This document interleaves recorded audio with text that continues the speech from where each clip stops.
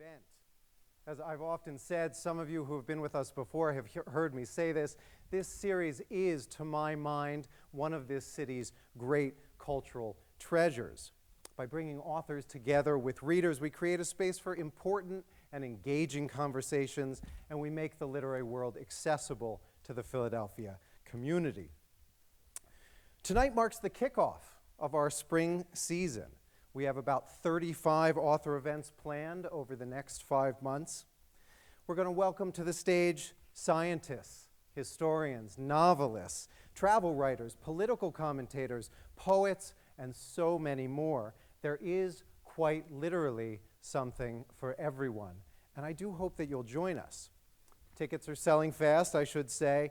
3 of our events are already sold out, so please do register soon. And you can sign up for our mailing list. You can be the first to learn about our new events as they're posted by visiting our webpage at freelibraryfoundation.org. I also want to say just a few words about our organization in general. The foundation works to expand the Free Library's programming and advance its mission of promoting literacy throughout the Philadelphia region. But as a nonprofit, we are reliant upon your support to achieve these goals. So please do consider making a donation through our website, freelibraryfoundation.org. You can also get there by the QR code on the bookmarks that I hope were handed to you as you entered the auditorium this evening. There are also stacks of them right outside. And before we get to tonight's program, there are a few people and organizations I would like to thank. We are grateful first and foremost to our sponsor, Comcast, whose support allows us to keep these events as accessible and as affordable as possible. I'd also like to thank Uncle Bobby's, our partner bookseller, who have copies of tonight's featured book available for sale in the lobby upstairs. And finally, I'd like to thank our volunteers. This is a dedicated group of library patrons whose loyalty to this program over many years has been unmatched. And this evening we have with us Mimi, Sharon, and Joan, and we are so grateful for their support. Okay, so tonight we welcome the book critic and award-winning author Caroline Eden, who will speak to us about her latest book, Cold Kitchen, A Year of Culinary Travel. She has traveled extensively to countries such as Uzbekistan, Tajikistan, Ukraine, Russia, Turkey, and Bangladesh, documenting her experiences across multiple publications, including in the Financial Times, The Guardian, and the Times Literary Supplement, as well as on BBC Radio 4's From Our Own Correspondent. She lives in Edinburgh, and as I understand it, this is her first trip to Philly. So I hope we give her a warm welcome, and I think we may even hear a bit tonight about her culinary adventures in our little town. She's going to be joined in conversation by Jonathan Deutsch, who is professor and vice chair of health sciences at Drexel University. He is the founding program director of Drexel's Food Innovation and Entrepreneurship programs. He also directs the Drexel Food Lab, a culinary innovation and food product research and development lab focused on solving real-world food system problems in the areas of sustainability, health promotion, and inclusive dining. We are clearly in for a great conversation tonight. Please join me in welcoming Caroline Eden and Jonathan Deutsch.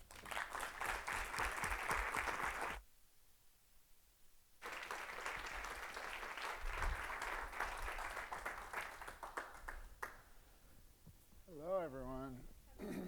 Hi. Hi. Thanks for coming out on a snowy night. Great to see some familiar faces.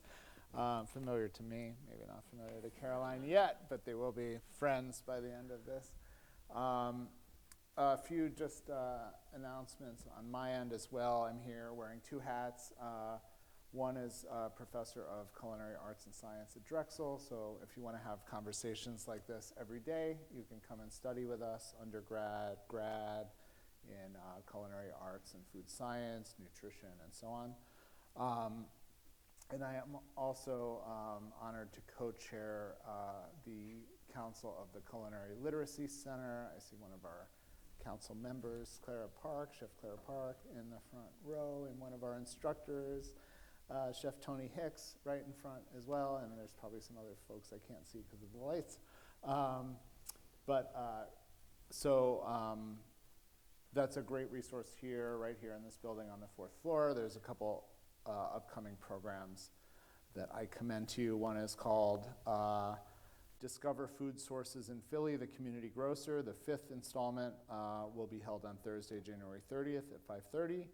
And on February 4th at 4 p.m., there's a soul food demo and tasting. So check the website for those registration links. I have the URL written down, which is not very helpful to anybody. So let's get into this beautiful book and our time with Caroline. I'll read you a little blurb about the book, which just came out, so you're forgiven if you have not read it yet. It was published January 14, right? And what's today, the 15, 16? So I even confess I haven't finished it, but I have read it. So from late night baking as a route back to Ukraine to capturing the beauty of Uzbek porcelain, and from the troublesome nature of food and art in Poland to the magic of cloudberries, Cold Kitchen celebrates the importance of curiosity and of feeling at home in the world. And it is a wonderful book and a very different kind of travel book. So I want to start in where you start, which is with a description of your kitchen at home. And not what you would expect from a travel book about Eastern Europe and Central Asia. And it's a subterranean kitchen, as you call it. And it has enough personality to almost be its own character in the book. And also a sort of sacred space and recurring character, recurring theme. So I'd love you to talk about your kitchen, about food, about why food. I read a lot about the regions you cover, and it's about politics and history, and often fraught history and culture, and much less than I would like about food. So I'm thrilled to have your contribution. Thank you for that. Hi, everybody. It's my first time here in Philly. I'm just here for the night, so I'm honored to be here. Thank you to you all for coming out. There's a lot to start with that question. Food for me has always been a bit of a Trojan horse. The countries that I write about sometimes are not always that familiar to the readers. Tajikistan, for example, people often don't know very much about that country. But what I find is if you write about food, it brings people in, and then you can talk about the other stuff. The culture, the politics, the agriculture. And I believe you can tell any story through food because it's universal and there are many different strands. The kitchen, I've been in Edinburgh for 10 years, exactly. And when I finally bought this flat, it was the first home that I owned. I've been very nomadic and kind of had struggled in London to get on the housing ladder, and as a writer, put my career before settling down and all of that. But it was around the time of the Scottish referendum when Scotland was thinking about breaking apart. So the house prices came down a bit. I'd been living in northern England in Yorkshire, which is beautiful, green hills, lovely, and I bought my dog, who's on the cover of the book there. And I wanted to stay somewhere where there was good hill walking, but I wanted to be in a city, because I'm a Londoner, really. So Edinburgh seemed like the right home for me. And I looked at 10 flats, but this was the first one I saw. And what appealed to me about it was that you go down some steps, and they're old flagstone steps. It's a Georgian building. I've got the basement and the ground floor, so I've got people above. You go down these steps, and then there's just the kitchen. So it's not grand, but it's alone, and it's this kind of enclosed space with wooden beams on the ceiling and one window that faces out to the city. And what I liked about this is when you're down there, you can open the window and the sounds of Edinburgh come in. So if it's the summer and it's festival season, you hear the suitcases going by, and you might hear people yelling and drinking and shouting. You know, they're going to a gig and they're going to a comedy show. And then if it's Hogmanay, when we celebrate the New Year, you might hear bagpipes playing. And I can always see dogs' tails going past, buggies. I can tell what the weather's doing by what people are wearing on their feet. And I have a church at the end of the street, and they ring the bell every hour. It's nice. It's a nice part of Edinburgh. And I thought, I want to bring the readers, because I've written several cookbooks about the region that I cover, that's the region between Eastern Europe and Central Asia. And I thought I want to bring my readers into my home, do a different type of book, so it's unillustrated, unlike my other books. And I thought I'm just going to set it in the kitchen. So it will be me cooking something in the kitchen. In each chapter there's 12, and there'll be the recipe for whatever I'm preparing at the end of the chapter. And then within that chapter it will be something interesting about the country where the dish has come from. So the first chapter is all about Uzbek winter melons. So I'm chopping up a melon in the kitchen, and then we travel out to Uzbekistan, and then we come back into the kitchen and we go out. So it's this kind of, it takes the form of the kitchen as a portal. It's a way of reminiscing and traveling out into the world and being in the world, but then also bringing the reader in. So that's really the structure of the book and how it works. You say kitchen as a portal. I had a different take as a reader, which was, and maybe this is, I'm guilty of maybe not being the best traveler and being too much of a homebody. But what I saw, that portal was really a tension that I feel, right? When I have, maybe a long winter break and some downtime, I think I really should do something with this time. I really should go out and do something and travel and see more of the world. I've seen all of us, right? I've seen, even Caroline has seen such a small percentage of the possibilities, right? And then I go out and I'm like, oh, there's really no place like home. I miss my Netflix and my air conditioning and my CSA farm share, and so I really felt that balance, right, and striking that balance, that longing, but it's almost constant longing, right, either home or away. So I wanted to ask more about sort of that balance in your travel, and also that balance in your writing, a little bit about your process. So the book surprised me, and I love the approach, because I expected, I've known you as a travel writer, and it's a travel book.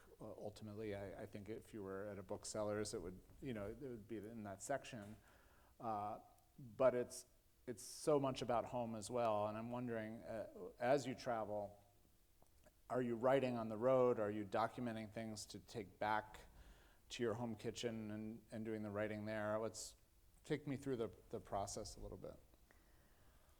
It's funny because Edinburgh and finding this home just shifted how I felt for the first time. I always felt, honestly, more at home on the road than I did at home, because my living situation was never stable. When I lived in London, I had twice, I was like a model tenant, and twice the letter came under the door, we're giving you 2 months, the owner's selling. It's very stressful. So I always felt, if I was out on the road and I was traveling, I was gathering stories and I was earning money. This is my work. It's the way I pay my bills and live. So for me, very comfortable in an airport. I'm one of these weird people that likes being in an airport even now, because I think all life is there and time does weird things. It's always interesting seeing what people are up to in airports.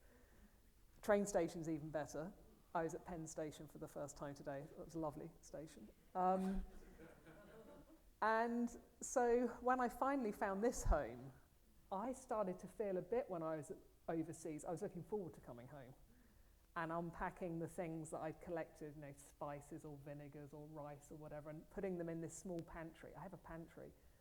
It's just a little cupboard, but it's got shelves, and in there I have all my dried goods. And I think as you get older, you do want a base. You want somewhere to unpack your books and to feel at home and to get to know the people who are living around you. But this book couldn't have happened. I wouldn't have written it until I moved to Edinburgh 10 years ago, because I didn't really have a home. So part of the book is about that. I would think, having been as nomadic as you are, if I had to choose where to live, I would have some choice paralysis of it could be literally anywhere, right?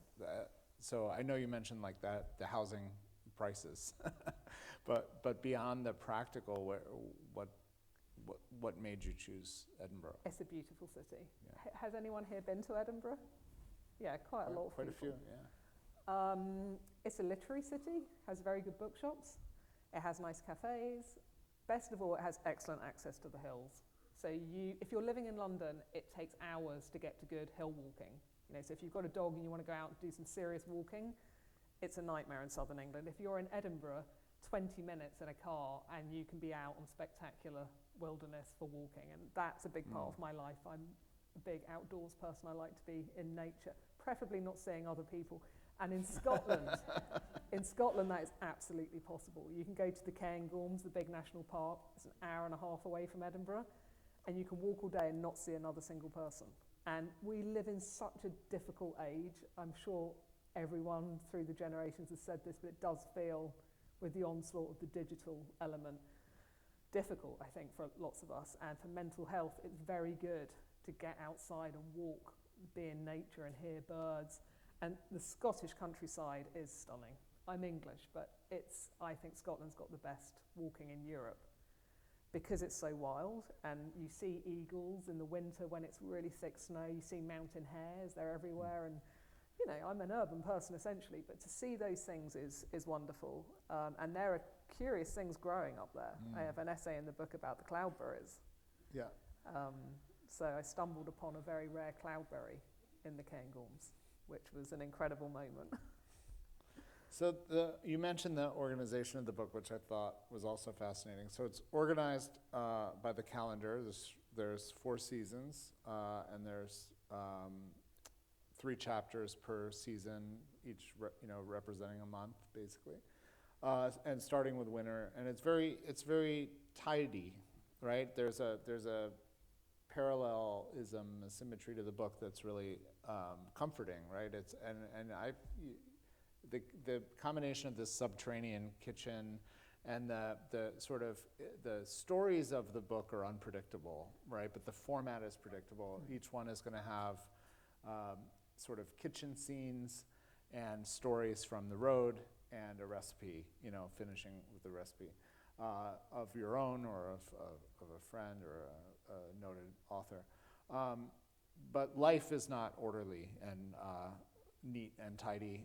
So I'm wondering sort of how you came to this format, what's on the cutting room floor that you wish you could have included but it didn't quite fit.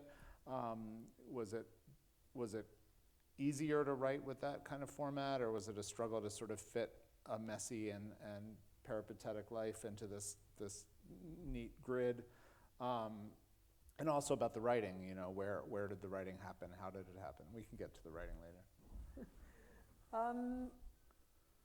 So it's set over the course of a year, but I'm looking back. So some of the journeys happened like 4, 5, 6 years ago.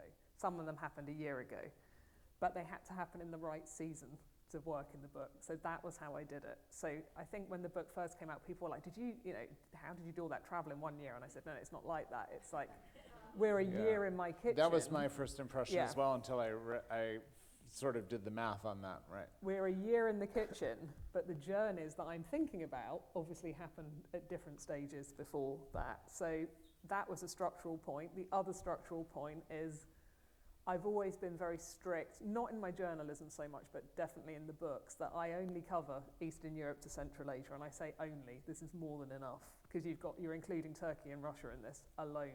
It's like a lot. So I knew that I wouldn't include maybe I've got good stories from, say, Western Australia or Spain, but I wouldn't put those in because that's not what I write about. That's not I don't want to use the word expertise, but it's not my experience since I began writing. I've focused in on a particular region. And I think that works for me because it's enough to be getting on with, and people who read me have come to know that I'm associated with that part of the world, so they sort of expect that. And I think it would be odd if we were suddenly in Portugal or Argentina, because I don't know anything about those places. So I've been a repeat traveller to the area that I write on. So that was the other bookend. So I want to talk more about the areas you cover, because I think for many of us, especially here in the US, where it's literally the other side of the world, and it's a very, I think, intimidating. Many of them are intimidating travel destinations. They're not seen as maybe tourist friendly, or you can't read a road sign and figure it out, if you're not familiar with the alphabet and so on. So what do you have to tell to sort of entice people to expand their horizons, and to what advice do you have to a novice traveler who's especially after reading this book, says, "Oh, I'm fascinated by that one of the regions, and I want to taste what Caroline's talking about here." I mean, I do get asked this, which is lovely. I did a podcast in New York on Tuesday, and the guy that interviewed me said, "I really want to go to Latvia, because having read your book, what do you think?" And I said, "Go. I mean, most young people speak English. It's a beautiful, walkable city." The book's a range. I mean, Russia and Ukraine are in there. Obviously, those are not sensible places to travel to at the moment necessarily, but Uzbekistan is in there. That's really booming in terms of tourism at the moment. They have a Biennale happening in September. Loads of hotels have been opened. It's really become quite a fashionable destination, especially in the UK. They've had quite an aggressive marketing campaign. Georgia, the same. I'm sure there are people here who've been to Georgia. I was at your excellent Georgian restaurant in the Reading Terminal, Yeah, this afternoon, and had amazing Georgian food in there. I made a beeline for it, and that was really great. People know I think about Georgia, but I say in the book, don't forget about Armenia. Obviously, here in the US, you have a very big Armenian diaspora. I think mainly in LA and around there, in California. But incredible country to travel around, and it'd be a bit like going to Spain in the 60s or the 70s.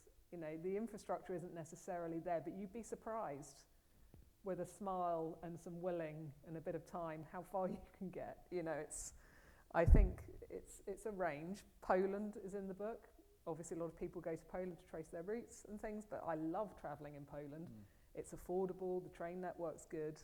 So I think it's breaking down the barriers and familiarity, and I do try and do that with my books to show the human side. I always meet people. I sort of take a journalistic approach, talk to people, find out about their jobs, their interests, what life is like, what's happening with the politics, and I think it's just knowledge.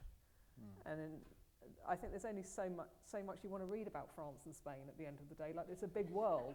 Why do we ignore so much of it? Why do we celebrate some cuisines and not others? It's always been frustrating to me that these big parts of Eastern Europe, which have fantastic food and ingredients, and Central Asia have been so ignored. I mean, I can only speak from a UK perspective, but really not much interest has been taken, and that was really what started me when I brought my very first book out, which was called Samarkand, in 2016. It was because I was frustrated that people were being very disparaging about the food in guidebooks and saying, the food's terrible and you're going to starve, and if you're a vegetarian, it's a disaster. And this just isn't true. Because they were under the Soviet rule for so long, they don't have a particularly, back then they didn't have a very good restaurant culture. But of course, if you stay in people's homes, of course they're feeding their families delicious food. They've got markets full of great produce. So that was really how I started. It was by accident getting into food. I use the recipes, I always say they're a little bit like postcards. They're a way of sending someone a note and saying, try this, look at this. And has that effort been successful? Are you seeing more respect for the cuisine and more acknowledgement? I couldn't claim that personally, but there are wonderful, I'm thinking in particular Ukrainian and Polish people in the UK who publish books about their own. I'm just an outsider writing about, from my perspective, but people who are from those countries are definitely getting a lot more due respect now, and they're due. Can I impose on you to read a bit? I think it's hard to talk about books when you're not actually reading them. So we chose a section that I really like, but read whatever you like. It's your book. So I'll start here, and I'll go to... As long as you like. Okay, I won't bore you too long. A couple of minutes. With its union of practicality and magic, a kitchen is a portal, offering extended range and providing unlikely paths out of the ordinary, offering opportunities to cook, imagine, and create ways back into other times, other lives, and other territories. Central Asia, Turkey, Ukraine, the South Caucasus, Russia, the Baltics, and Poland. Places that have eased into my marrow over the years, shaping my life, writing and thinking. They are here, these lands I return to in this kitchen, in my notebooks, photographs and handwritten recipes, in the fabrics and dried fruit, and plates and pottery and bread stamps and hollowed out gourds for holding spices, in flea market finds, knives and forks, table runners and embroidered napkins, in the memories I keep of kitchens elsewhere, in short-term rented apartments in Bishkek, Istanbul, Yerevan, Riga and Almaty. All of this is unpacked in the kitchen, ready and waiting to be indulged and transformed into new things, pieces of journalism, recordings, essays, books, recipes and meals. Wanderlust mellows here. Longed for places are suddenly not so far away, not unreachable, but present, held again in the hand and heart. The outside world comes home here, making it possible to be in two places or times at once, with just an iota of effort and imagination. No other room in a house is as capable of transforming the everyday into the otherworldly. The kitchen is a treasure room and a birthplace, a rich hunting ground. Thank you. Thank you. It's really a beautiful book. If you've not read it, yeah, thank you. So I want to talk about this writing, this gorgeous writing and your process. So one of the things I struggle with when I write about food is that on the one hand I want to experience and savor, and on the other hand I want to make sure I remember, take my good notes and take my pictures and remember what I'm doing. And I find it hard to do both at the same time. And I don't love the phone eats first culture. I want to eat first, but I get it. So I'd love to hear more about your work on the road and how you document, what your process is. Where do you do your writing at home? Do you do it on the road? Do you do both? Take us through your process a bit. So when I'm away, I tend to go somewhere and I stay for as long as I can afford to be there, and I'll go back to the same places. I quite like finding a cafe or a bistro or a restaurant, normally affordable places, where I can sit and maybe sit in the same chair even a couple of times, 2 or 3 times a week, because often I'm in a city, I'll rent an apartment for a period of time and get to know people and get to see how things are operating. And I think that way you pick up on atmospheres, on the regular diners, you can sort of get a sense for a place. So I like to do the repeat thing. As far as taking notes goes, I do everything. I take notes when I'm there, I take a lot of photographs. Photographs are great because you don't always remember the colour of things and that sort of, or what was next door, or what was, how someone was sat. Also voice notes. The Voice Notes app, I think, is fantastic. The Notes app on the phone. I mean, my Notes app, I'm sure, like all of yours, is just filled with random observations. But I do most of the writing when I get back home. That's when I unpack things. I'll sit in the kitchen. I have a very small cupboard office off the kitchen where I write. And I just think I look at a particular day and I think what was interesting in that day. Sometimes I would have done an interview, but other times I might maybe have noticed a painting in a museum which was of food, and I'll then look at that artist and say, well, what was, they were a Soviet era artist, so therefore it's this propaganda, or, you end up, there's 1,000,001 rabbit holes, always. Markets are obviously great. You go to the market, you say, what's good here, what's in season, where should I eat? Taxi drivers, of course you ask them. It's this kind of menagerie of different things that, when I get home, I start to unpack it all. Oh, that's great. I like that. So that's advice for on the road, right? Ask the taxi drivers, ask at the market. So here, and it's interesting talking about the restaurant. So, obviously the Soviet era restaurants, everything took a turn for the worse cuisine-wise in, the public cuisine, serving whatever continental, interpretation.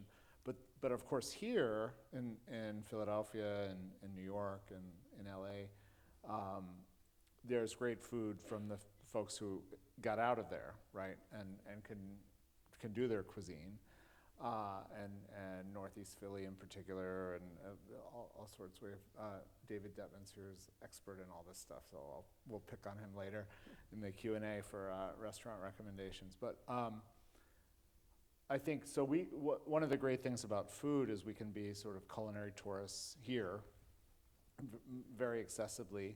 But I think it's still intimidating for folks who might not be familiar with the cuisine and the language.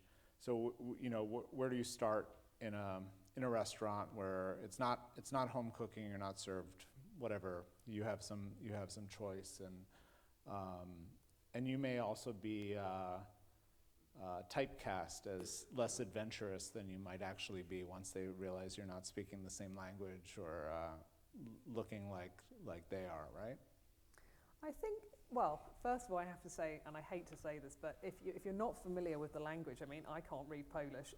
If I'm looking at a Polish menu, I just get Google Translate out and hover the camera over it. That's what you can do nowadays. Yeah. That's an amazing thing to be able to do. I mean, technology has changed how we all travel, I think. I've got no problem walking around Philadelphia this afternoon. I didn't get lost once. This was not the case. Sure. Even 5 years ago. Before I was always Google getting Maps, lost. right? Yeah, I mean, you have all this technology at your fingertips now, which I think, people say, oh, you have to learn the languages, but you can't learn all the languages.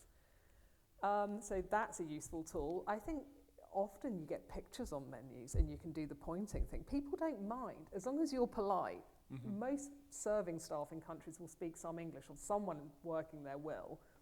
If they don't, again, you just say Google Translate, 2 plates of something vegetarian and see what turns up. I think you do have to have a bit of a sense of adventure, certainly, because you don't always quite know what you're going to get.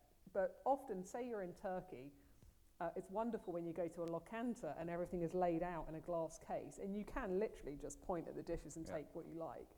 So I think every country is different.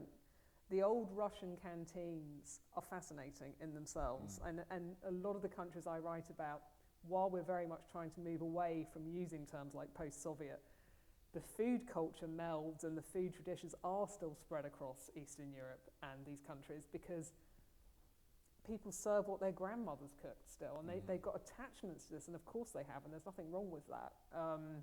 So most countries, say you're in Latvia, you will find a baker from Uzbekistan, for example, because people know that the bakers in Uzbekistan make really good bread. So just because they were once part of the same union, they're not letting go of the food, and I quite like that. Interesting. I want to talk about what's coming up. So, if for those who don't know, these books, this book came out this week, but was finished long before that, many months, a year? Couple of years ago, and came out in the UK last May. So the US has had quite a long So there's gap. been, even though for us it seems like you just wrote it, it's been a couple years in the can, right? So I'd love to hear what the interim has been, so building on this and other projects and what's coming up. Well, I thought what I'd do, because I didn't say this on the podcast, because I was worried the podcast might get listened to by lots of people. But because we're a small audience, I don't know if this is being put on the internet somewhere, but I do have a new book coming out in April. And rather grandly, I've called my cookbooks the Colour Trilogy. So I did Black Sea, which came out in 2018, which starts in Ukraine and ends up in northeastern Turkey. Couple of years after that, at the height of the pandemic, which was a dreadful time to bring a book out, I'd spent 6 months in Central Asia researching this book, spring and autumn. Red Sands, which is named after the Kizilkum Desert in Central Asia. It spans Uzbekistan and Kazakhstan, and that's all about Central Asia. In April, coming out the same in the US and the UK, both April, Green Mountains, walking the Caucasus with recipes. And it starts in southern Armenia and it ends in northern Georgia. I don't walk the whole thing as a continuous journey. And some of them are urban rambles, some of them are longer hikes, some of them are linked to the Trans-Caucasian Trail, which is a wonderful, if you're looking to do some walking in the Caucasus, look them up. Through the seasons again, so I do some winter stuff, I do some summer hikes, but it's really, the idea behind the book was I wanted to do the Caucasus, because it seemed like the natural, that's why I didn't include it in Black Sea, because Georgia is on the Black Sea, and I thought, no, I'll save it, do a dedicated book, because the food is so good in Armenia and Georgia. The problem I had was it was a bigger book initially. So I was going to end it in Russia, in the North Caucasus, in Dagestan, because there's an incredible food culture there. Virtually no English writers have covered it. But then Russia invaded. They had the full-scale invasion of Ukraine. I can't go. At the same time, Azerbaijan and Armenia started fighting again over Nagorno-Karabakh. As some of you might know, Armenia lost. 100,000 Armenians left Nagorno-Karabakh. I found that very heartbreaking. I'd spent a lot of time in Armenia. I love Azerbaijani people. I think they're fantastic. I've been several times, but I thought I can't include those two countries in the same book. Not at the moment. I think that would be an insensitive thing to do. So I thought, okay, it's going to have to be a tighter book. But actually, Armenia and Georgia have more than enough going on, especially if you're walking it. There's enough to be getting on with. So that was my start and finish point. Interesting. For that book. Everyone's excited about this book. So this will be my last question, then I'll turn it over to the audience. So get your questions ready. You're a professional traveler, travel writer, and you have a mere 24 hours in Philly. How are you spending it? What are you doing? What are your impressions? If you were, I know if you were on assignment, you would give this a lot more attention. But imagine. I have brutal jet lag. I'm trying. Imagine you had to write some bullet points. Well, I was saying to you earlier, people have given me more tips for Philly than New York. All the New Yorkers I spoke to were all like, you need to go there in Philly, you need to go there. And I've got this notes app full of ideas. So I went to the Reading Terminal, Reading Market today. I have a train at 1 o'clock tomorrow. So in the morning, I'm going to the new Cookbook shop, Binding Agents. I'm going to go and find them. And I'm going to go to the Italian market. That's a good idea? Yeah, okay. Yeah.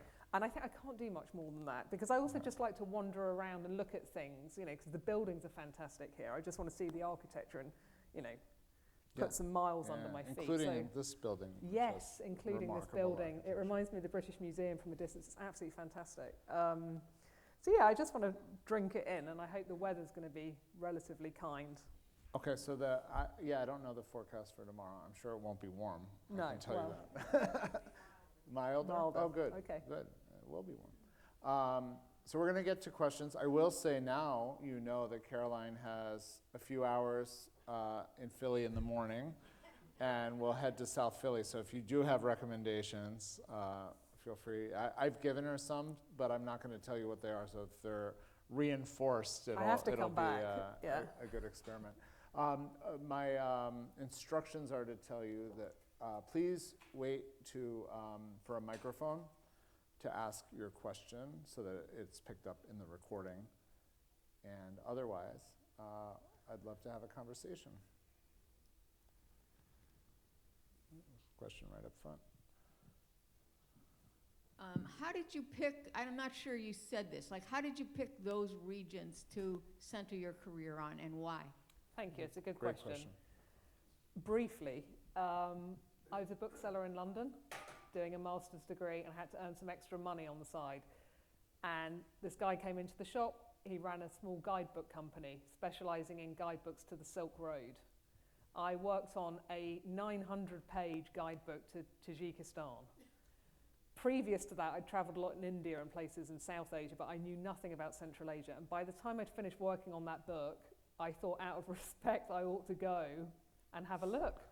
So I did.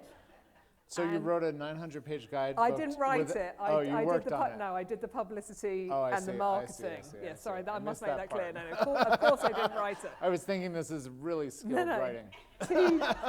Two British guys had spent years on this guide, but I was doing the promo stuff for it. And hand selling it in bookshops and stuff. Anyway, and I went and I took a flight with Air Baltic, flew into Dushanbe, went up into the mountains, came down overland, and ended in Samarkand in 2009. And I saw Samarkand and I just thought, my goodness, why aren't more people? It wasn't that easy to travel there then, I have to confess, but it was a stunning, stunning sight, and I've just been obsessed ever since. So that's how. Thank you. Yeah, great question. This one over here. Thank you so much. So it's so interesting to hear how adventurous of a traveler you are, and food, but I wondered, as a female, were you solo traveling, and were you welcomed in all areas, or were there any areas that you felt challenges of being a solo female traveler? Good question as well. That first trip I was on my own, and I travel a lot on my own, probably more than with somebody else. I've only had one dicey moment with a taxi driver who said something inappropriate to me, and I was supposed to have him the next day, and I said, "You're not coming back for that job tomorrow." You have to be strong if someone says something inappropriate. But I have to say, out of all of those years, that's the only one that's coming to mind now. I mean, Muslim countries on the whole are incredibly safe to travel in, the ones that I go to, because you're an honoured guest, people want to give you a good impression, hospitality is in the culture. Yeah, I've been very lucky, touch wood, so far. Yeah, thank you. How did you pick the 12 recipes from all the dishes you've eaten to include in your book? That's a really good question. So, goodness, I could go on now.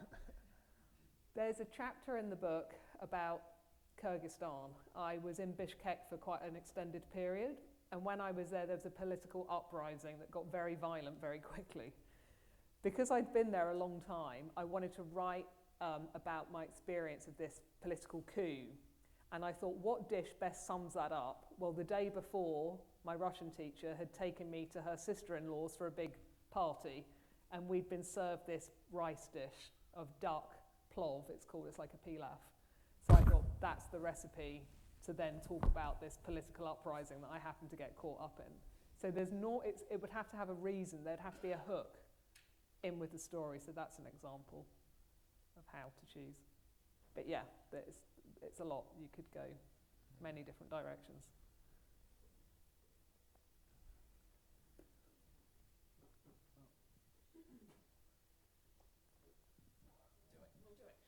Hi. So excited you're here.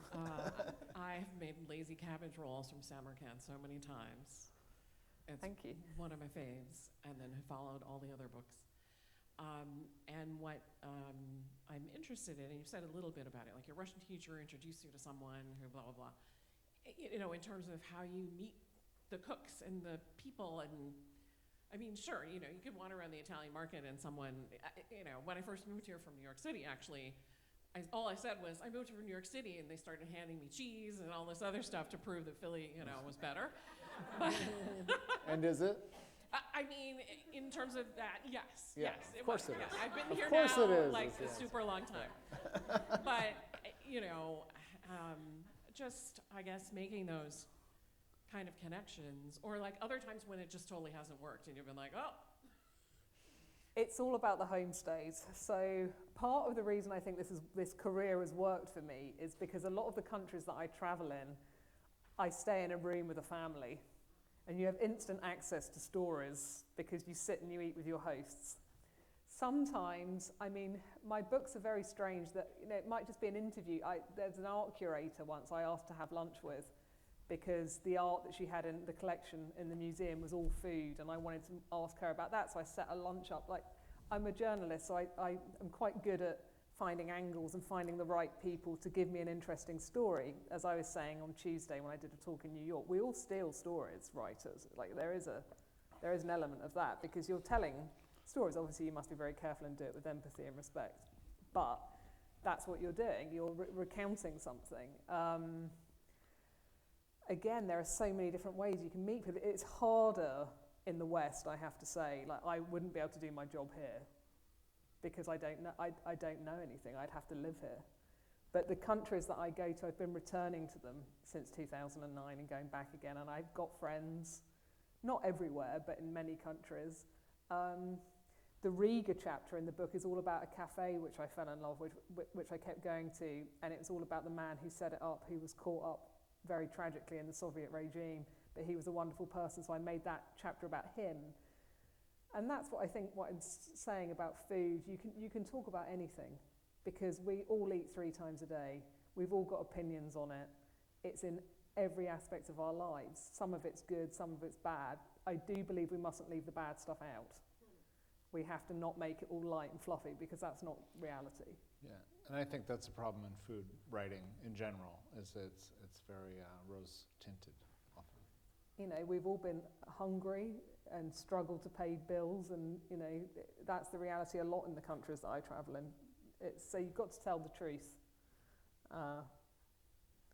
That way people believe you. I guess that covered part of what my question was going to be about, but maybe even apart from homestays, you mentioned the richness of some of the cuisine being in the home kitchens rather than in the restaurant fronts. So could you describe, maybe even apart from homestays, how you get either physically or metaphorically into the kitchens in these foreign countries? So I think people are always really curious about this, like how do you get the recipes? And I'd say there's less stealing involved with that aspect, because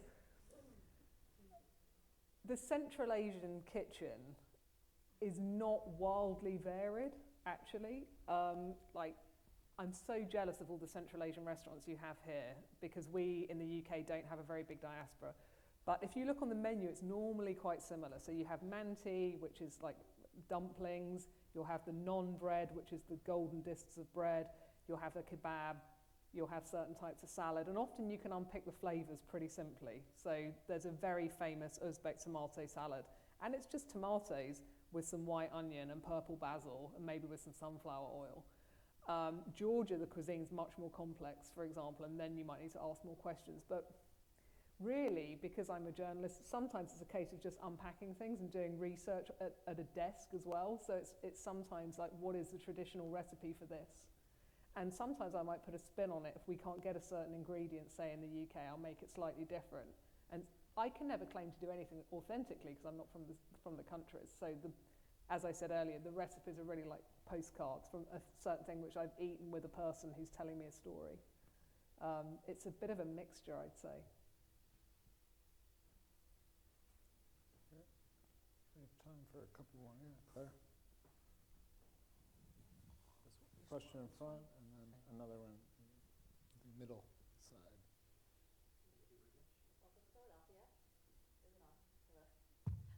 A lot. But I guess my question is, like, I'm so fascinated by your story and obviously the beautiful writing, but, was there anyone that you kind of looked up to kind of inspire this really nomadic, courageous, creative, culinary kind of journey? Oh, that's a great question. I mean, it's more travel writers than food writers, to be honest.